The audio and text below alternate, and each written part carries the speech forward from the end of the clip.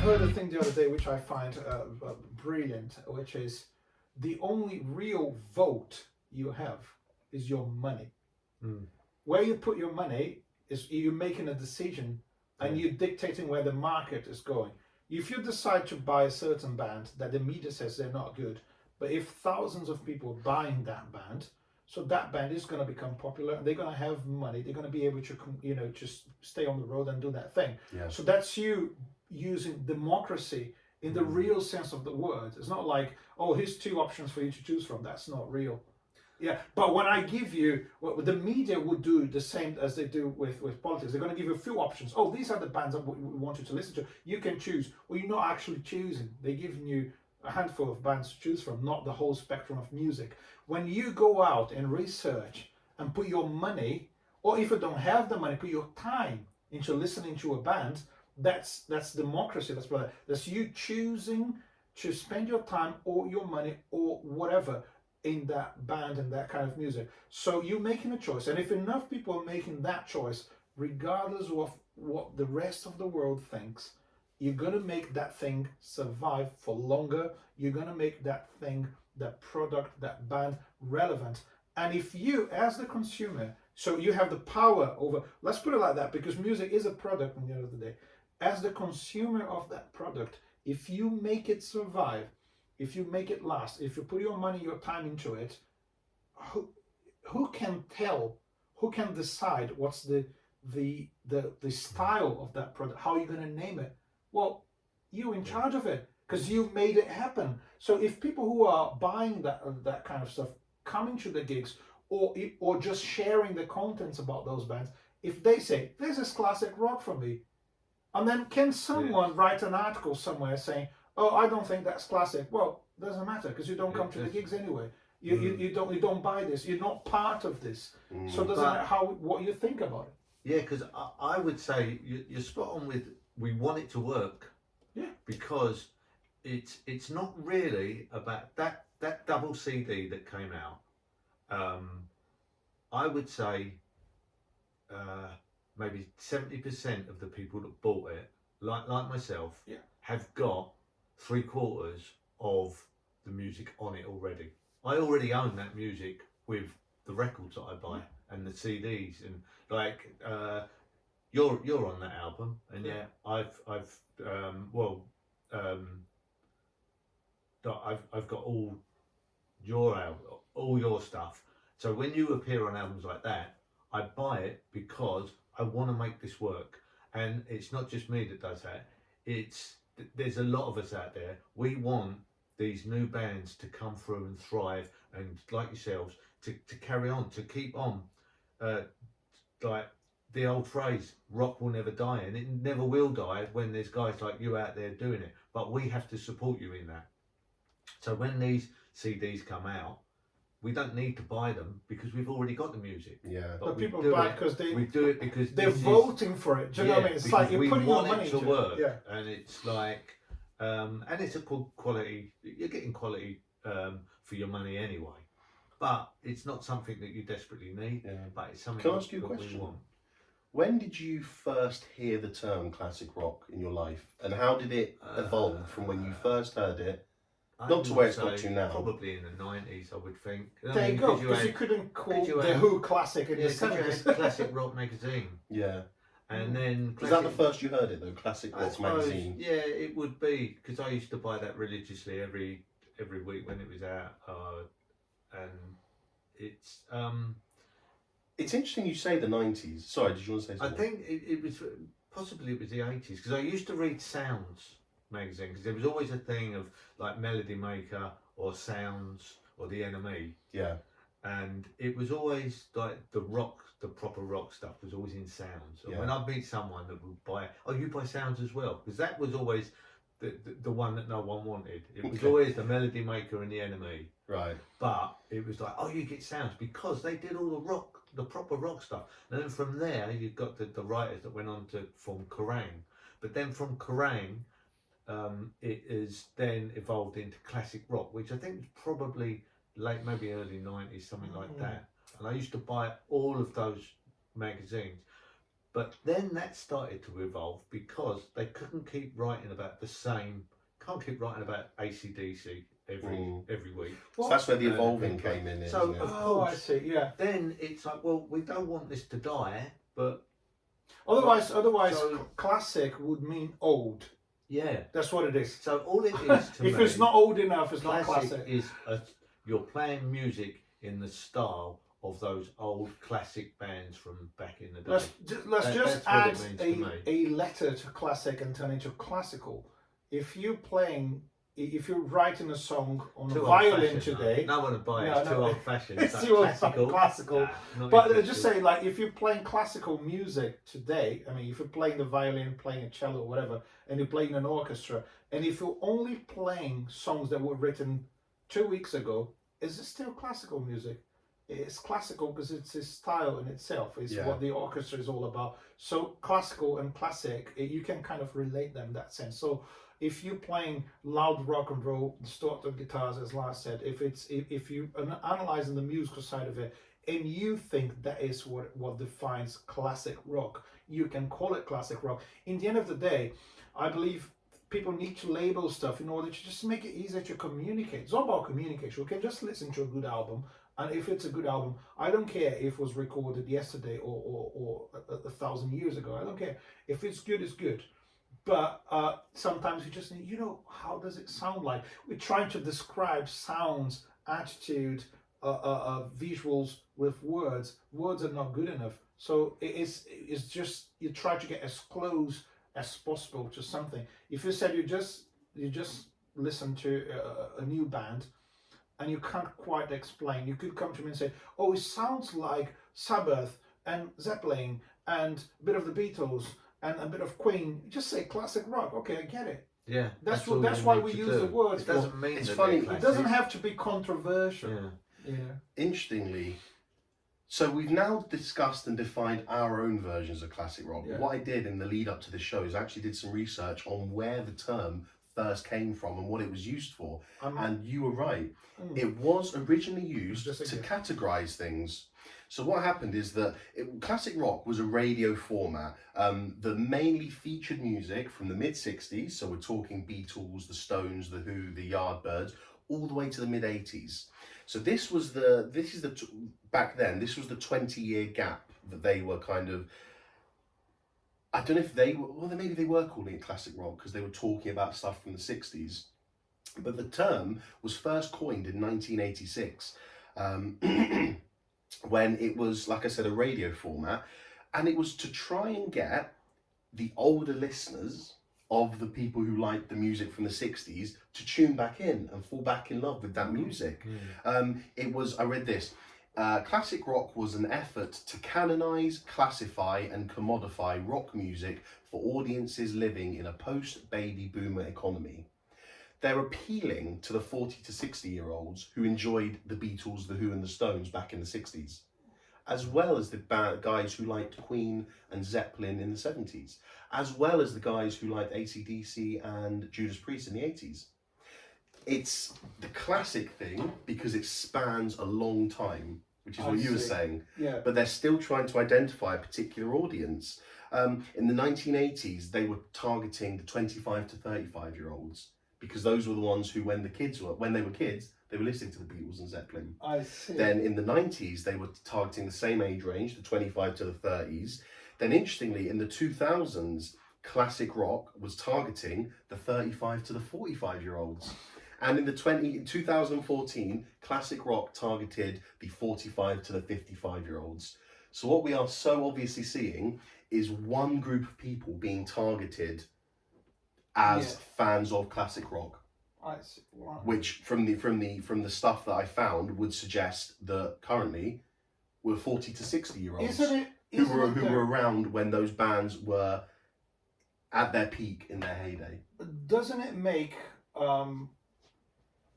the definition of classic so broad that it becomes pretty much pointless to debate? Yes, I agree. Because Because for different we were talking about 3 generations. We got 3 definitions of what classic rock is, but we don't disagree with each other in this. It's like, well, And I've just told you that the term was first used in 1986.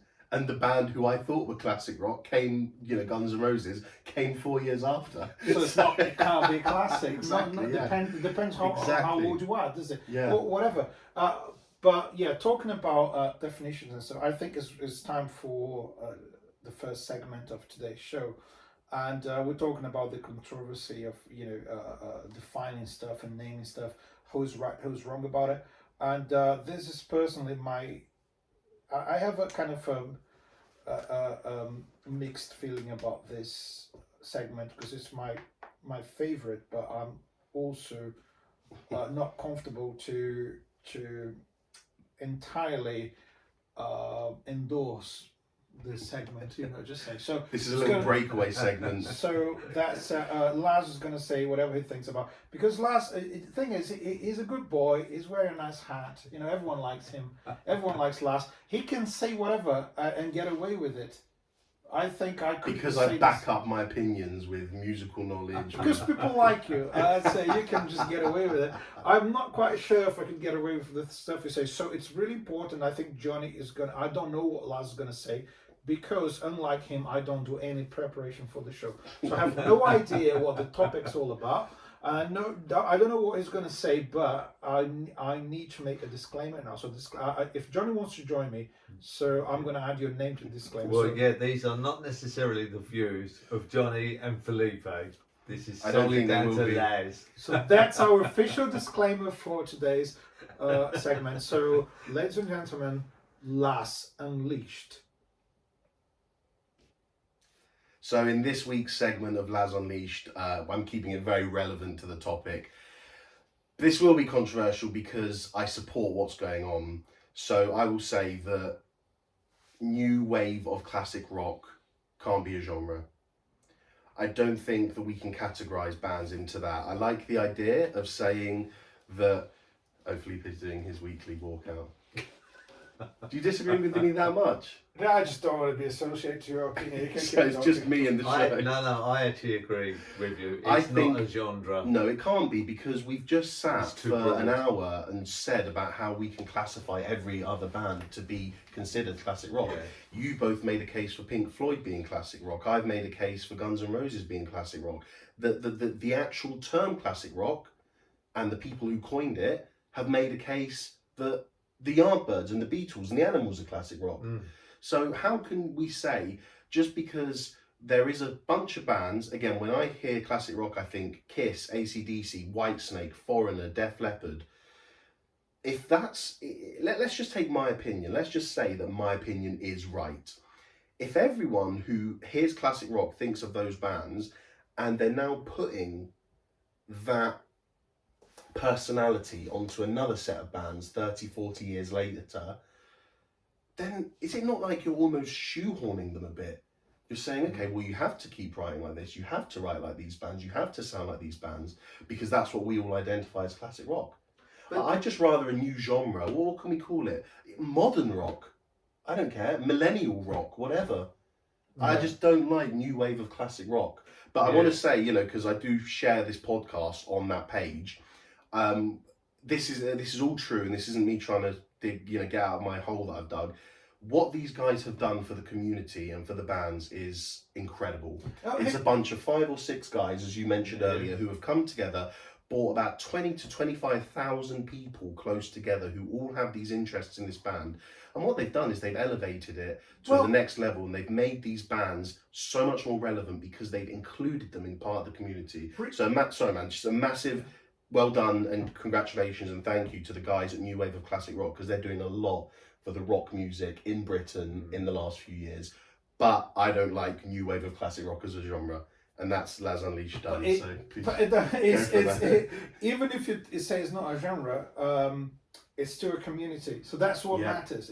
We're talking about all of this, and rock music, connects people. And I've said that before, and I'll insist on this. Rock and roll is a good excuse to get people together, like-minded people who want to, have a good time together. And it's, as Johnny said, it's a family. It's a bunch of people who pretty much think in the same way and would enjoy being together for a couple of hours on a weekend and have fun. Yeah. You know, Go see a gig. yes, Go see a go band. see a gig. So the new wave of classic rock for me is more the community than a music genre in a certain way. But if they didn't name it new wave of classic rock, how are you going to reach out to people who like classic rock? Do you know? Yep. You say like, well, we listen to these new bands, we want to support them. Again, what are they? Well, Yeah. they, you know, they kind of this kind of. You would spend so much time trying to explain what that is. So I understand it what you mean. so I can agree it's with that. just- Yeah. It's practical, you know, and it's effective to just say that's classic rock. Yeah, I mean, the way I see it is that they could actually break it down even further and have. I mean, the new wave of classic rock it derives really from the new wave of British heavy metal. Yeah. And it was quite catchy. You know, it's like, oh, that really was taking bands that were heavy metal at the time. So they've sort of taken that label as such and just to give these bands somewhere to live. Yeah. But you could break that down further, really, because there's bands like Etherfield, Godsticks, even Empire. They would fall into the sort of the prog world. Yeah. They're prog bands, so really you could Well, then it's break funny it that down you and- say that because I think Empire has loads of yeah, well, heavy Etherfield- rock to it. More Etherfield than are a prog. band that I mean they're really so close to like Stephen Wilson type music, Really? Porcupine Tree. Honestly, their new album it's just it's not like the traditional classic rock. It's prog. It's heavy prog, and so you could break it down further, and then within those groups you would then have like, well, they are in fact new wave of prog rock. Mm. So, and then of course you've got others that might be like new wave of punk rock. Yeah. So it's like, hang on a minute, because we're now breaking off into all these bands that are these 42 bands. A lot of them have got different styles, and it's like we can't give them all their own label. So let's just put them all in as one. Yeah. So that you can identify that they're not all the same, but they're all got the same spirit. Yeah. They're all from this kind of. They hark back to that era Yeah. that we all love, but also we can identify that they are rock. Yeah. Do you know one thing I find in That's the common way about I see you it. know what I find in common about those guys more than the need to associate yourself to some sounds from the past is the necessity of not being associated with modern music as it is. It's like it's pretty much like saying, well, yeah, lots of people are doing the exact same thing today. We just don't want to go down that road. We want to do something that for us I is think more they're doing meaningful. something that they Then- love. Yeah, I'm going to do what I love, regardless of this being contemporary enough or commercial enough or being like suitable for any sort of modern music label. So Yeah. basically, if you're doing what you want to do, and for some people that reminds them of what Pink Floyd was, so they're going to call you classic. Yeah. And what's the problem with that? I think It's actually, I take it as a compliment. Yeah. If someone says, "Oh, you guys are, what you guys are doing is classic rock." Some people say it's blues rock. I take all of that as compliment. Yeah, but Because that's it's so the thing. really good. Yeah, because I mean, like blues is another example that it is what's classic blues rock. I mean, you go back to, I mean, see, you could break it down even further well, you go all the way back to Muddy Waters and like, but then you could go back and say, well, like Rory Gallagher. Yeah. But to me, that's sort He's of so rock modern, and roll. and it's sort of, so where do you draw the line? So you could break it down even further, but it's like, instead of doing that nonsense, because you're going back too far, you're breaking things up too much, just lop it all in as one. I don't particularly like the new wave. I think there could have been better wording, but I think that just comes from the new wave of heavy metal, and it was like, oh yeah, that was catchy then, and that'll do for now. I like that. I like the fact that when you say new wave, but basically saying this belongs to this moment in time. Although I'm calling it classic, it's a new wave. Yeah, it's but my my problem with the word wave is that if you know a wave from a sea, a wave comes and then it goes. Yeah. So to me, the word wave signifies temporary. So wave would clash with classic. Yeah. I'd like to. If I was to choose the name of the album, I'd call it not the new wave or the new something. I'd call it the next generation of classic rock. Or the new breed. The new breed of classic rock, new generation of classic rock, next generation of classic rock. Yeah. At the end of the day, it sounds poetic enough and sounds musical enough to say the new wave of classic. But like Johnny said, it's been there before. In the 80s, the new wave of British heavy metal, the new wave of rock and roll that Earache did last year, the new wave of British death metal that I saw at the Black Heart in Camden a few weeks ago. So the wave is just a form, isn't it? It's just it's an easy. It's now becoming like we're used to it. Yeah. But it started off. I think one thing we all agree is the community is amazing. The fact that people decided to put that together and they named it the new wave of classic rock, and they brought all those bands and all those people together. It's really cool. By themselves, they did it on their own. That's amazing. I mean, do you guys you feel like a big part of it? Because you are, in my eyes, you're a big part of that. You're one of the bands that are doing it. Do you feel a part? I feel part of the community, like you are part of the community, because there's different levels of association. Let's put it like that. I see myself as a big fan of rock music. So, but then if I'm involved in the practical side of it, which is playing music, I think there's levels of that. You have the artists and the bands doing the music, and you have the audience, and you have people in between like you. You are involved with the community and with the artists working for them. So you're kind of building that bridge between. Think about when you sell merch, you're literally building the bridge between the artist and the audience and connecting them. That's a really cool point to be. And I think us as musicians, I think Laz has the same opinion, that we serve the music more than anything else. I mean, it's like the artist for me is usually the main songwriter, is whoever is creating something, doing something. We do participate, we do create stuff, but I, as a drummer myself, I see myself someone who's working for the art that is being produced. And so I work for the community the same way you work for the community. So I do feel like I belong to it, or better saying, I want to belong to it, because it's really cool. Interestingly, my opinion and my view on it is slightly different. The reason I play with Jack still, I've played with loads of original artists in my career, and whenever I thought there was a part in the road where it was never going to go further, or that not that nothing was going to change, but I didn't see ambition from the artist, then I'd have a problem. My issue would be where do we go from here? How do we proceed? How do we make this a success? Where do we build this? How do we build the brand? Now, the thing that I really enjoy about playing with Jack and playing his music is the music is so different. You've heard the stuff from the new album. I'll call the new album heavy metal music with a blues rock vocalist who writes songs like Neil Young. I mean, how many other bands are you going to compare and put Iron Maiden and Gojira, Neil Young and the Black Crowes with the guitar solos of Slash and Jimmy Page? It's unheard of. I think that his music is so new and so fresh that I don't want him to be lumped in with other bands. And that's not a disservice to the other bands, because they do their thing very well.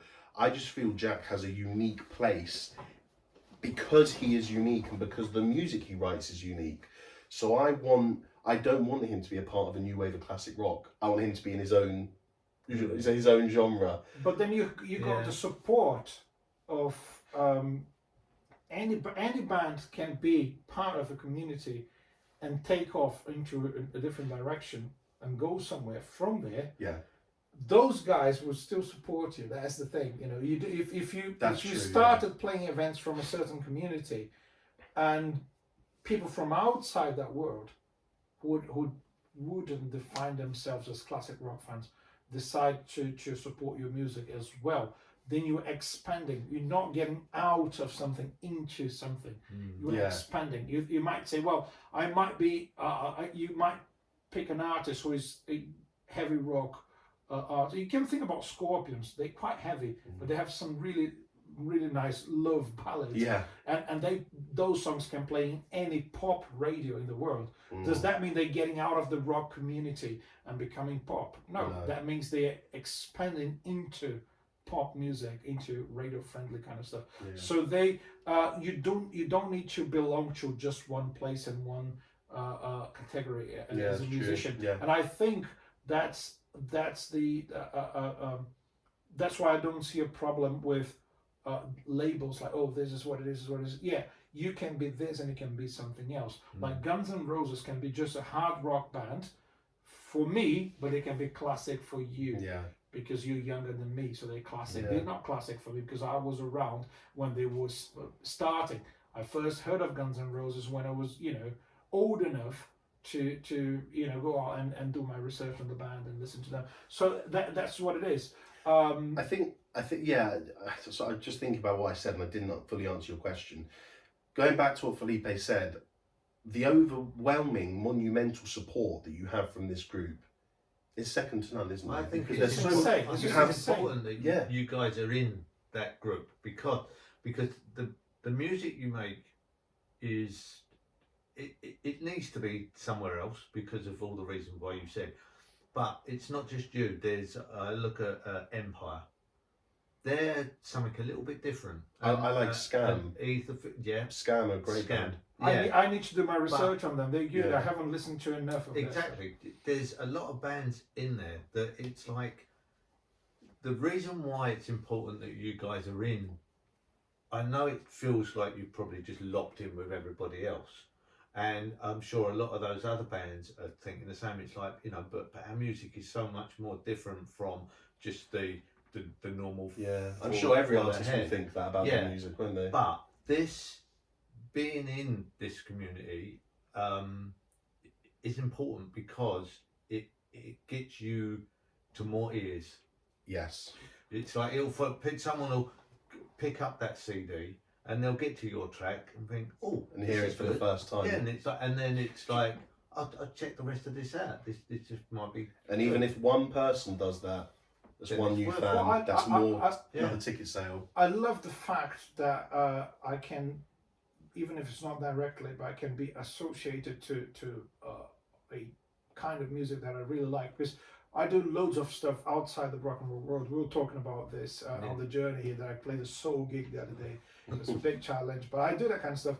And I do loads of stuff that I love music and I love playing drums. I could be talking about Marvin Gaye instead of talking about rock and roll as well. I could be talking about John Coltrane. I love music, but rock feels like home to me. So the fact that I can be out and about doing my work, serving the artists as a musician from different genres, that's really cool for me. But the fact that the main thing I'm doing as a musician is associated to classic, it's like, wow, what you do is classic rock. So, well, I take that as a big compliment. You're not only you're not only serving. Is that the word you used? Serving. Yeah, you're not only serving the artist. You're not only serving Jack. You're serving this community. Yeah. By doing what you're doing. So inadvertently, you are, like you said, a part of this journey. And everyone who's in the core of the group is doing that because they're feeding the community with new music, with festivals, and what Johnny does, with the merch and with the helping the bands out.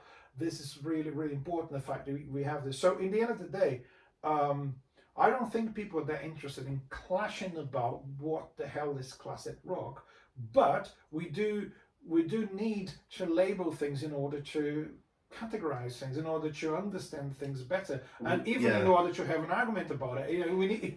Well, we live in a time where music can be produced and released at such a rate. I mean, there's a band, one of my favorite bands. They're I suppose you call them a psych like a psychedelic rock band. They're from Australia. They're called King Gizzard and the Lizard Wizard, and all they do is tour and record. And when I say all they do is record, they release 3 to 4 albums every year, because they go and do a tour of Australia, they record an album, tour Australia, but like 3 times in a year. And they just keep putting these albums out, and they're delivering what the fans want. But sorry, my point was that you can get music out at such an alarming rate these days that if you were to count all the rock bands that there were in classic rock's heyday, let's call it the end of the 70s, there are so many more bands now. Yeah. And these bands have released so much more music than how many albums did the Beatles do? 9? I don't know. Or 10? Zeppelin only did 6 or something. You know, there's a shelf life for some of these bands, but because, like I said, the alarming rate, you can get music out and get it produced and get it put on a vinyl and put it out to your public. There's just so many more bands now that you need, I think, to categorize them. You know, you need because there's just too many. What happens today? You're gonna Google everything. You're gonna search for stuff, and there's so many things that have been produced since the beginnings of rock to now. Since we talked about Fats Domino, Bill Haley, and those guys since the 50s to now. There's so much has been produced. If you just say, "Oh, it's all rock," gosh, how am I? How can I possibly navigate through all of that?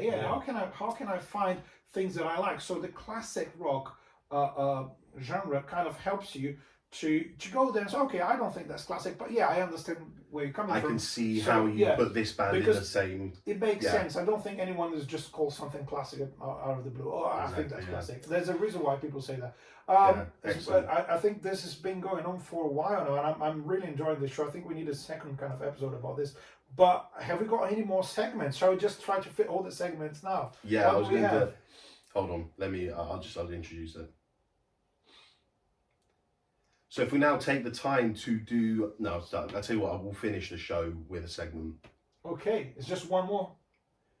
Yeah. Oh no, we could do... Do you want to do Feed the Drummer? Or? Oh yeah, we can do Feed the Drummer and the top 5. Okay, we still have some stuff, Cool, well, I think that nicely summarises what's been a good hour of chatting about what we think classic rock is and our opinions on the new wave of classic rock. So let's end this episode with a couple more segments. In the celebration of what we're doing, we're going to ask Johnny Della for one of his top 5s.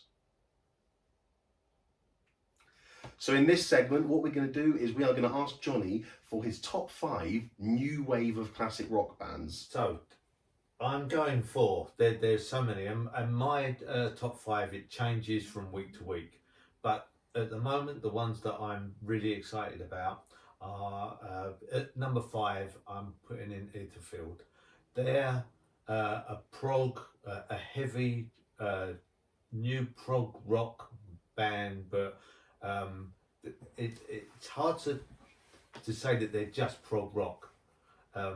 If for anyone that knows Stephen Wilson from Porcupine Tree, they are quite similar along that line. It's very progressive stuff, but also very heavy, and it's very accessible music as well. I've only just recently seen these guys at Love Rocks, and as soon as I saw them, it's wow, these guys are great. I love them. So I've got the record and been playing that non-stop. Number 4, I've put down Empire. My mates Empire.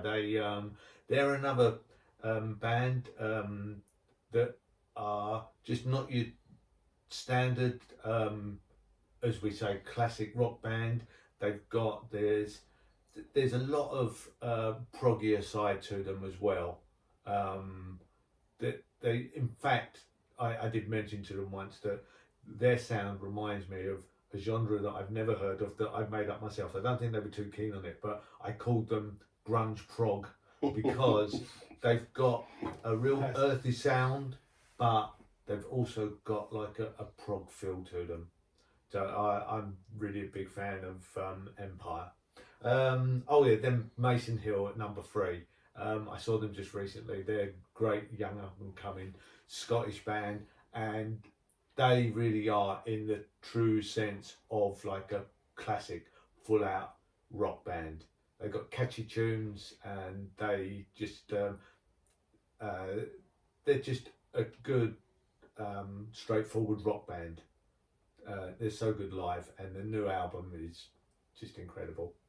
And then at number 2, Those Damn Crows. They've just come on from strength to strength. They've got 2 albums out, and they just seem to get, when you see them live, they put so much effort into their shows. Yeah, they're a good live band, aren't they? Yeah, Shane, as a frontman, he steals it every single time. But the music is good that they play. They've got great songs and they're great musicians. So I'm putting them at number 2 because they never fail to deliver whenever I've seen them. Well done, drum roll, number 1. Just use your legs, use your legs. And the number 1 is Massive Wagons. They're they're right at the top of their game now, and they're still like a young band, but everything they put out is just spot on. It's the music that they play, it's so catchy. They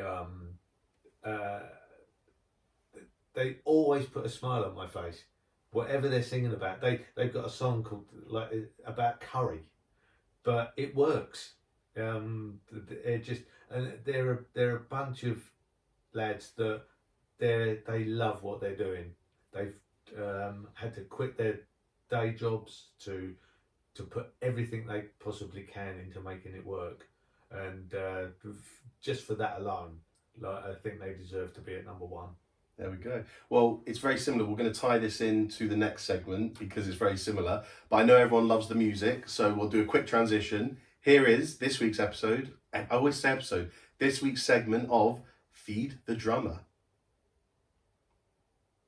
So as I said, this ties over. Johnny, you want to take it away? So Johnny's going to feed Felipe with a new wave of classic rock band that he feels Felipe should check out, and he'll tell you the reasons why.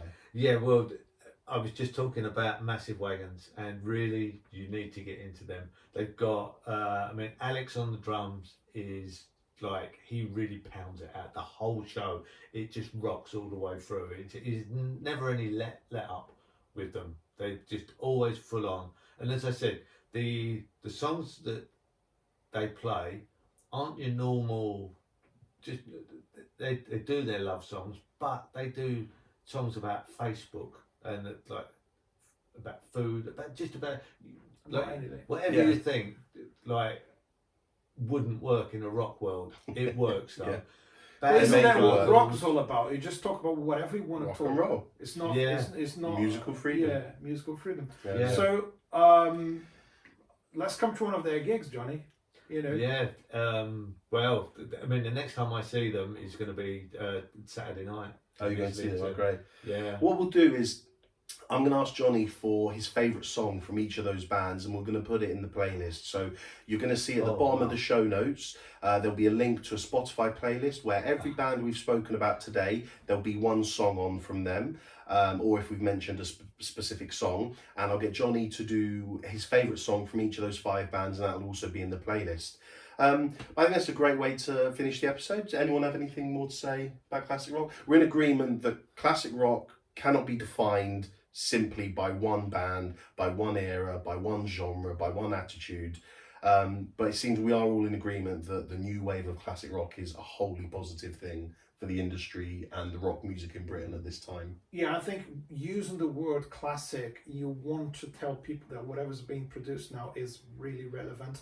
And if it hasn't been around for long enough, it means you're calling it classic because you believe it will survive. Yes, you believe it does have the capability and the strength of art to become classic eventually. Exactly. Fantastic, So that's an interesting thing. Anyway.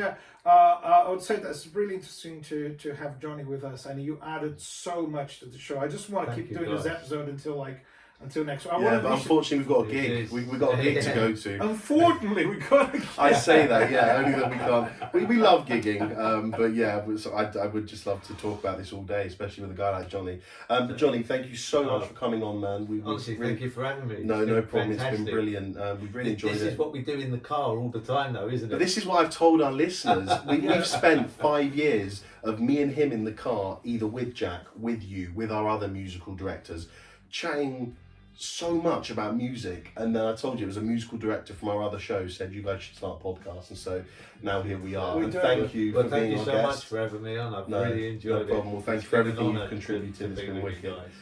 So thank you guys for joining us on this episode. We hope you've had a good time. Our social media, give us a follow if you can. We are at longliverocknrollpod on Instagram and Twitter, and you can search the Long Live Rock and Roll Podcast on YouTube and Facebook and get to our account. And our website is also available. It's longliverocknroll.buzzsprout.com. And yeah, I just want to say thanks to everyone who's been following us, because to be honest, we started this really, we just wanted to have a good time and to share some of our thoughts with people who might like what we're talking about. And I'm quite impressed with the amount of people who are downloading the episodes and following us, actually, starting conversations about this. So thanks a lot for your support. Please let us know what you think about this. Feel free to criticize us. Feel free to disagree. Disagree. That's what the show's all about. Criticize them, not me. Not Johnny. No, you can't say anything about Johnny. You're going to be banned. But yeah, please say whatever you want to say about the show. Spread the word, and thanks a lot for supporting us. And keep on rocking, everyone. And as usual, take care and long live rock and roll.